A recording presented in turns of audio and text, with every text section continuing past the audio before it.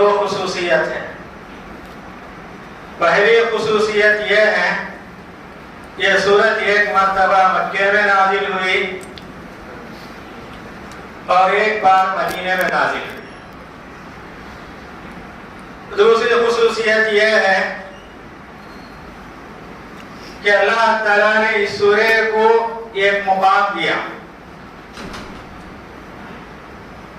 اللہ تعالیٰ کہتے ہیں وَلَقَدْ آتَيْنَاكَ سَبْعًا مِنَ الْمَثَانِي وَالْقُرْآنِ الْعَظِيمِ،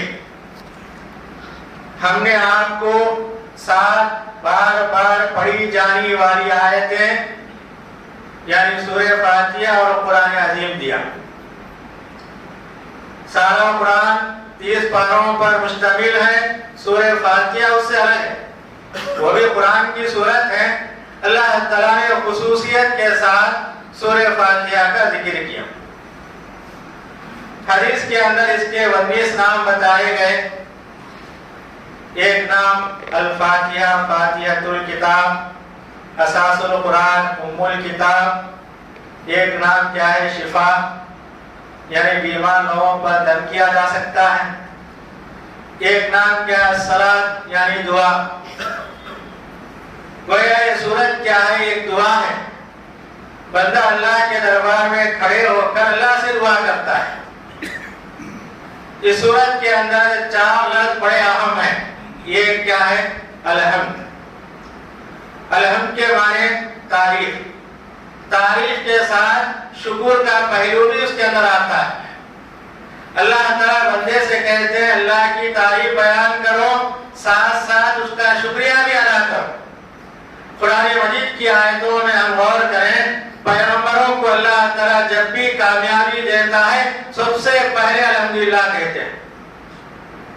نوح علیہ السلام کشتی سے اترتے ہیں، اللہ سے دعا کرتے ہیں الحمدللہ الذی نجانا من القوم الظالمین، اللہ کا شکریہ ہے کہ اس نے ہمیں ظالم قوم سے نجات دلائی۔ ابراہیم علیہ السلام اللہ کا شکریہ ادا کرتے ہیں الحمدللہ الذی وہب لی علی الکبر اسماعیل و اسحاق، اللہ کا شکریہ ہے کہ اس نے بڑھاپے میں مجھے 2 بچے دیے، ایک اسماعیل اور دوسرا اسحاق۔ بہت سارے پیغمبر ہیں، پیغمبروں نے ہمیشہ اللہ کی تعریف بیان کی، اللہ کا شکریہ ادا کیا۔ صبح و شام کی دعائیں ہم کو سکھائی گئی، اس کے اندر بھی ہم یہی کہتے ہیں۔ سو کر اٹھنے کی دعا کیا ہے؟ الحمدللہ الذی احیانا بعد ما اماتنا والیہ النشور، تمام تعریفیں اس ذات کے لیے جس نے ہمیں موت دینے کے بعد بیدار کیا۔ بیدار ہوتے اللہ کا شکریہ ادا کرتے ہیں۔ ہم جو غذا کھاتے ہیں اللہ کا نام لے کے کھاتے ہیں، وہ طہارت کی شکل میں نکلتا ہے۔ دعا سکھائی گئی الحمدللہ الذی اذھب عنی الأذى، اللہ کی تعریف ہے اس نے ہمارے پیٹ سے گندگی کو نکال دیا۔ جب تک گندگی رہتی ہے بے قرار ہوتا ہے انسان کا جسم، گندگی باہر آتی ہے تو اللہ کا شکریہ ادا کرتے ہیں۔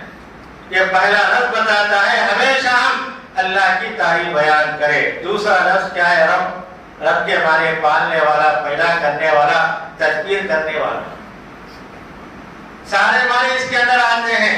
اللہ تعالیٰ کیا ہے؟ رب العالمین ہے، سارے مخلوق کا رب ہے اللہ تعالیٰ۔ مولانا ابوالکلام آزاد علیہ الرحمہ کہتے ہیں رب کے معنی کے اندر یہ بات بھی آ جاتی ہے کہ اللہ تعالیٰ ہر مخلوق کے اندر یہ بات ڈال دی اس کا دشمن کون ہے۔ یہ اللہ کی قدرت ہے۔ انسان بھی پہچانتا ہے اس کا دشمن کون ہے، جانور بھی پہچانتا ہے اس کا دشمن کون ہے۔ تیسرا لفظ کیا ہے؟ الرحمن الرحیم، اللہ تعالیٰ مہربان رحم کرنے والا ہے۔ یہ 2 لفظ اللہ تعالیٰ اپنے ساتھ خاص کر رکھے۔ علماء نے کہا الرحمن یعنی رحم کرنے والا، یہ دنیا کے ساتھ خاص ہے۔ اللہ تعالیٰ کافر پر بھی رحم کرتا ہے، مسلمان پر بھی رحم کرتا ہے۔ رحیم کا لفظ صرف کیا ہے؟ مومنوں کے لیے خاص ہے آخرت میں۔ اور چوتھا لفظ کیا ہے؟ مالک یوم الدین، یعنی اللہ تعالیٰ قیامت کے دن کا مالک ہے۔ قیامت کے دن اسی کی حکومت چلے گی، کوئی کچھ نہیں کر سکتا، کوئی کسی کے حق میں کام نہیں آ سکتا۔ اس کے بعد اللہ کہتا ہے ایاک نعبد و ایاک نستعین، اے اللہ ہم تیری عبادت کرتے ہیں اور تجھی سے مدد طلب کرتے ہیں۔ یہ اللہ کی تعریف بیان کرنے کے بعد اللہ سے بندہ دعا کرتا ہے اہدنا الصراط المستقیم، تو ہم کو سیدھا راستہ دکھا۔ راستہ کون سا وہ بھی بتایا گیا، صراط الذین انعمت علیہم، ان لوگوں کا راستہ جس پر تو نے انعام کیا، غیر المغضوب علیہم ولا الضالین، ان لوگوں کا راستہ نہیں جن پر تیرا غضب نازل ہوا یعنی یہودی، ولا الضالین گمراہ ہوئے یعنی عیسائی، یعنی یہودی اور عیسائی کا راستہ نہیں چاہیے، ہم کو سیدھا راستہ چاہیے جو تیری رضامندی ہمیں حاصل ہوتی ہے۔ سورت کے آخر میں آمین کہنا چاہیے۔ خود نبی کریم صلی اللہ علیہ وسلم نے کہا فرشتے بھی آمین کہتے ہیں، اور جو بندہ آمین کہتا ہے اس کی آمین فرشتوں کی آمین کے ساتھ مل جاتی ہے، اس کے گناہوں کی مغفرت ہوتی ہے۔ یہ چھوٹی سی سورت ہے، 7 آیتیں ہیں، اور اس کا ہر نماز کے اندر پڑھنا ضروری ہے، چاہے اکیلے ہو، چاہے امام کے ساتھ ہو، نفل نماز میں ہو یا فرض نماز میں ہو، ہر نماز کے اندر، ہر رکعت کے اندر اس سورت کو پڑھنا ضروری ہے۔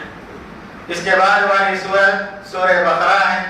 یہ لمبی سورت ہے، تقریباً 40 رکوع ہیں اس سورت کے اندر، 280 پہ 6 آیتیں ہیں۔ اس سورت کی بہت ساری فضیلت ہیں۔ نبی کریم صلی اللہ علیہ وسلم نے کہا جس گھر کے اندر اس سورت کو پڑھا جاتا ہے شیطان وہاں سے بھاگ جاتا ہے۔ نبی کریم صلی اللہ علیہ وسلم نے کہا اپنے گھروں کو قبرستان مت بناؤ، جس گھر میں سورہ بقرہ پڑھی جاتی ہے شیطان وہاں سے چلا جاتا ہے۔ اور یہ بھی بتایا گیا جو آدمی سورہ بقرہ کی تلاوت کرتا ہے اس پر جادو کا اثر نہیں ہوتا۔ اور نبی کریم صلی اللہ علیہ وسلم نے کہا سورہ بقرہ اور سورہ آل عمران جو بھی دنیا میں اس کی تلاوت کرتا ہے قیامت کے دن یہ 2 سورتیں اس کے سر کے اوپر سائے کی شکل میں آئیں گی۔ حضرت عمر رضی اللہ تعالیٰ عنہ عرب کا ایک بڑا شاعر لبید بن ربیعہ، شاعروں کا سردار، مسلمان ہو گیا۔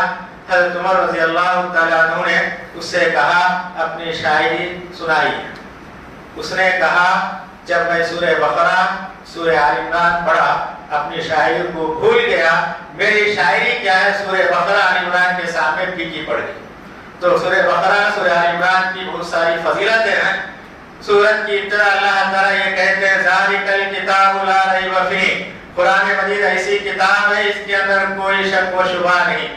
یہ کتاب ہدایت ہے ان لوگوں کے لیے جو اللہ سے ڈرتے ہیں۔ اللہ سے ڈرنے والے کون ہیں؟ جن کا ایمان اللہ پر ہوتا ہے، آخرت کے دن پر ہوتا ہے، غیب پر ہوتا ہے اور قرآن پر ہوتا ہے۔ یہی کیا ہے؟ اللہ سے ڈرنے والے ہیں۔ ان لوگوں کے لیے کیا ہے؟ ہدایت ہے قرآن مجید۔ اس کے بعد اللہ تعالیٰ نے بتایا دنیا میں 4 قسم کے لوگ ہوتے ہیں۔ پہلی قسم کے لوگ مومن، دوسرے قسم کے لوگ کافر، تیسرے قسم کے لوگ مشرک اور چوتھے قسم کے لوگ منافق ہوتے ہیں۔ اس کے بعد اللہ تعالیٰ نے تفصیل کے ساتھ آدم علیہ السلام کا، فرشتوں کا، ابلیس کا ذکر کیا، اور اللہ تعالیٰ نے آدم علیہ السلام کو فرشتوں پر جو فضیلت تھی علم کی بنیاد پر اللہ تعالیٰ نے دی، اس کا ذکر کیا۔ پھر اللہ تعالیٰ نے فرشتوں سے کہا آدم کے لیے سجدہ کریں، تو ابلیس نے انکار کر دیا۔ وجہ پوچھی گئی تو ابلیس نے کہا آپ نے مجھے آگ سے پیدا کیا اور ان کو کیا ہے مٹی سے پیدا کیا، مٹی کے مقابلے میں آگ بہتر ہے، تو اللہ تعالیٰ اسے جنت سے نکال کے دنیا میں بھیج دیا۔ اس کے بعد اللہ تعالیٰ تفصیل کے ساتھ بنی اسرائیل کا واقعہ بتایا گیا۔ اس سورہ کے اندر پہلے پارے کے اندر 3 جگہ اللہ تعالیٰ نے یا بنی اسرائیل کہا، اسرائیل کے بچوں۔ اسرائیل کیا ہے؟ یعقوب علیہ السلام کا لقب تھا۔ اسرا کے معنی بندہ، ایل کے معنی اللہ، یعنی اللہ کا بندہ۔ یعقوب علیہ السلام کا نام تھا۔ اللہ تعالیٰ ان کی اولاد کو بنی اسرائیل کہا، اپنے پیغمبر کو یاد کرو وہ کیسے تھے، تمہاری حالت کیا ہے، تمہاری زندگی کیا ہے۔ تو قرآن مجید کے اندر جہاں بھی بنی اسرائیل کا ذکر آتا ہے موسیٰ علیہ السلام کی قوم، تفصیل کے ساتھ بتایا گیا کہ اللہ تعالیٰ نے ان کے اوپر جتنی نعمتیں نازل فرمائی، نعمتیں ملنے کے بعد کس قدر انہوں نے اللہ کی ناشکری کی اس کا بھی ذکر کیا۔ سورہ کا نام کیا ہے؟ سورہ بقرہ۔ بقرہ کے معنی کیا ہے؟ گائے۔ بنی اسرائیل میں ایک آدمی کا قتل ہوتا ہے، موسیٰ علیہ السلام کے پاس آتے ہیں، کہتے ہیں قتل ہوا ہے، موسیٰ علیہ السلام اللہ سے دعا کرتے، اللہ تعالیٰ کہتے گائے کو ذبح کرو، اس کا گوشت کے جسم کو لگا لو۔ وہ آدمی اٹھ کے بتائے گا قاتل کون ہے، سیدھی ساری بات تھی۔ بنی اسرائیل سوالات کرتے گئے، موسیٰ علیہ السلام کو ترک کرتے گئے، گائے کیسی ہونا چاہیے، موٹی ہونا یا دبلی ہونا چاہیے، بڑی ہونا، جوان ہونا چاہیے، اس قسم کے سوالات کرتے کرتے آخر میں انہوں نے یہ سوال کیا گائے کا رنگ کیسا ہونا چاہیے؟ اللہ تعالیٰ نے کہا پیلی گائے ہونا چاہیے۔ دنیا کے اندر پیلی گائے کا ملنا نامشکل ہے، چونکہ ان لوگوں نے انشاءاللہ کہا تو اللہ تعالیٰ نے وہ گائے کو ان کے حق میں عطا کیا۔ گائے کو ذبح کرتے ہیں، گوشت لگاتے ہیں، اس کے بعد وہ آدمی ان کے کہتا ہے کہ قاتل فلاں آدمی۔ یہ واقعہ بتایا گیا کہ بنی اسرائیل کے اندر اس قسم کی کیا سختی تھی، پیغمبروں کو تنگ کرنا ان کی عادت تھی، اللہ تعالیٰ نے بتایا۔ اس کے بعد اللہ تعالیٰ نے ابراہیم علیہ السلام کا ذکر کیا۔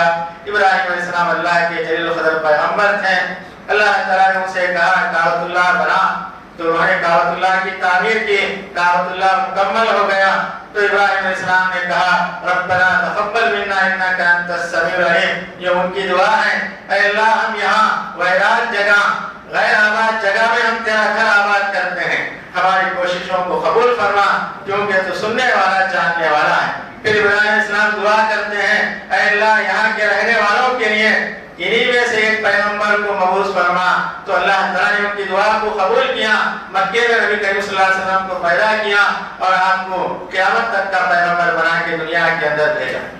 اس کے بعد اللہ تعالیٰ نے ابراہیم علیہ السلام جب اس دنیا سے رخصت ہوتے ہیں، وہ اپنے زبان سے اپنے بچوں کو کیا کہتے ہیں، اللہ تعالیٰ نے اس کا ذکر کیا۔ ابراہیم علیہ السلام اپنے بچوں کو بلا کے پوچھتے ہیں ما تعبدون من بعدی، میرے بعد تم کس کی عبادت کرو گے؟